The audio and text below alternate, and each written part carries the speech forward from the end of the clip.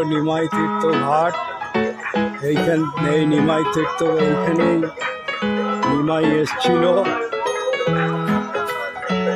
এইখানেই নিমাই এসছিল। এই ঘাটের খুব আছে খ্যাত ঘাট।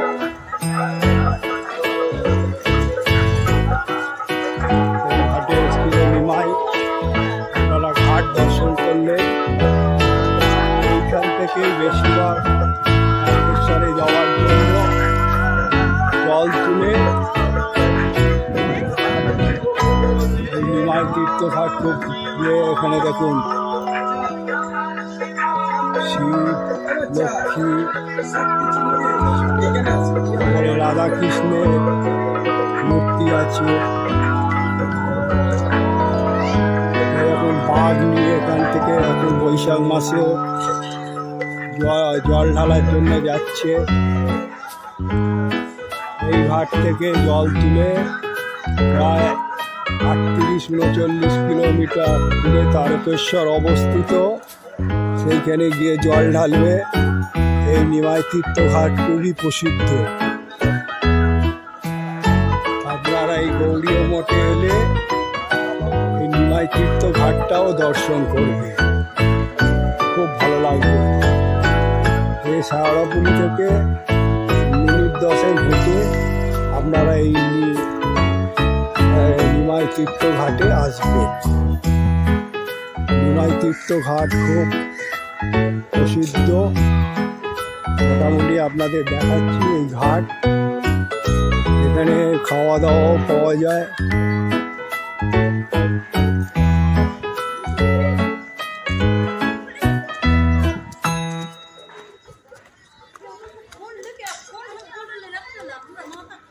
এই মহাপ্রভু এ দেখুন,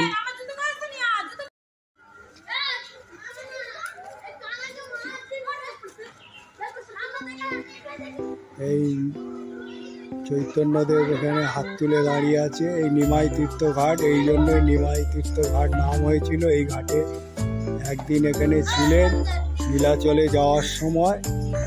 তা আমি মোটামুটি বলবো এই নিমাই তীর্থঘাট ব্লগটা দেখার পর আপনারা শেয়ার, লাইক এবং সাবস্ক্রাইব করবেন।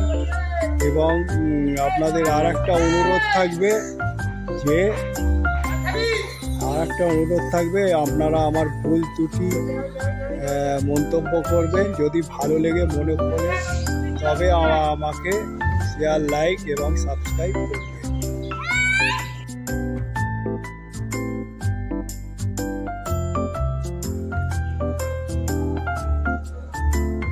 নিমাই তীর্থঘাটে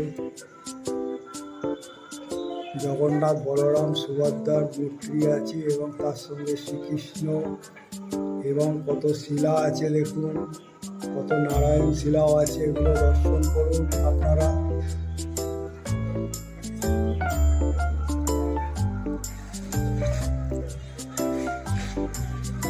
তারপরে এখানে নিত্যানন্দ এবং আমাদের চৈতন্যদেবেরই মূর্তি আছে এই নিমাই তীর্থঘাটে। এই নিমাই তীর্থঘাটে মানে মহত্বই এক আলাদা। এই নিমাই তীর্থঘাট থেকে সেই জন্যেই লোকে জল তো তুলে ঘটে করে নিয়ে তারকেশ্বরে যায়। কত শিলা আছে দেখুন এখানে, এই জন্যই নিমাই তীর্থঘাটে। আর এই হলো দোকান।